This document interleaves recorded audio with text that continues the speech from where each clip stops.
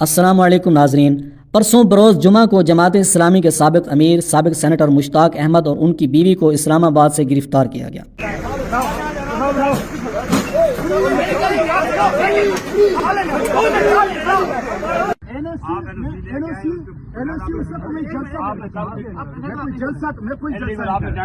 کوئی جلسہ نہیں کر میں نے صرف سے روڈ بند نہیں کی۔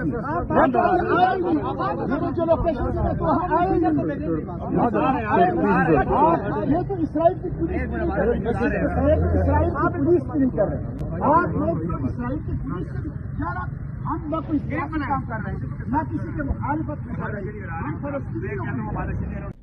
جرم یہ تھا کہ وہ فلسطین کے حق میں پرامن مظاہرہ کر رہے تھے۔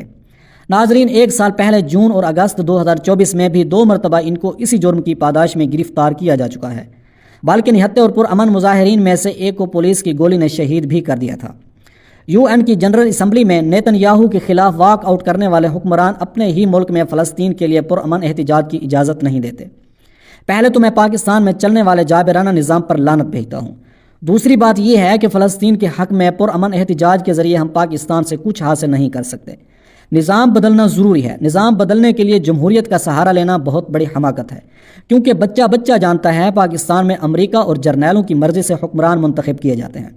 پاکستان میں جمہوریت اپنی ڈیفینیشن کے مطابق رائج ہوتی تو عمران خان جیل میں نہ ہوتا اور نون لیگ حکومت میں نہ ہوتی، تو کس لاجک سے جماعت اسلامی، جمعیت علماء اسلام، تحریک لبیک پاکستان مرکزی مسلم لیگ، PTI جمہوریت کے ذریعے نظام بدلنے کا دعویٰ کرتے ہیں؟ نظام بدلنے کے لیے پہلا سٹیپ جمہوریت کا بائیکاٹ کرنا ہے، اور دوسرا سٹیپ وہی ہے جو تحریر الشام نے بشار الاسد کے خلاف، افغان طالبان نے اشرف غنی کے خلاف، بنگلہ دیشی عوام نے حسینہ واجد کے خلاف اٹھایا۔ اس کے علاوہ کوئی چارہ نہیں، اس کے علاوہ تمام چارے آزما کے دیکھ لیے گئے ہیں۔ ناظرین، یہ طریقہ پاکستان کی صورتحال تک محدود نہیں ہے، بلکہ مسئلہ فلسطین، مسئلہ کشمیر اور مسلم امت کے تمام مسائل کے حل کے لیے اس کے علاوہ کوئی طریقہ نہیں کہ تلوار کا استعمال کیا جائے، بندوق اٹھائی جائے۔ انجینئر محمد علی مرزا سمیت کئی علماء کرام اور سیاست دان مذکورہ مسائل کو UNO کے ذریعے حل کرنے کی تجویز پیش کرتے ہیں۔ آپ کے نزدیک اس کا سلوشن کیا ہے؟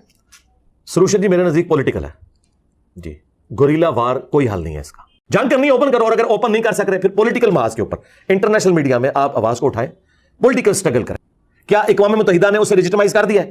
نہیں، وہ ہم قانوناً جنگ لڑیں گے کہ یہ غلط ہوا ہے، لیکن پریکٹیکلی تو مقبوضہ کشمیر انڈیا کے پاس ہے۔ چلیں جی، میں آج مودی سے کہہ کے اس کو ختم کروا دیتا ہوں، اس کے بعد کیا کشمیر ہمیں مل جانا ہے؟ شام کے ساتھ UNO نے کیا کیا؟ برما کے مسلمانوں کے لیے UNO نے کیا کیا؟ 75 سالوں سے جلتے ہوئے کشمیریوں کے لیے اب تک UNO نے کیا کیا؟ اور وہ UNO جو فلسطین کے بھوکوں اور پیاسوں تک خوراک اور پانی تک نہیں پہنچا سکی، اس سے ہم یہ امید لگائیں کہ وہ ان مسائل کو حل کرے گی، انتہا درجے کی جہالت اور حماقت ہے۔ انجینئر صاحب کہتے ہیں دنیا بدل چکی ہے، ورلڈ پالیٹکس بدل چکی ہے، ماڈرن ورلڈ میں پرانے طریقوں اور اصولوں پر عمل نہیں کیا جا سکتا۔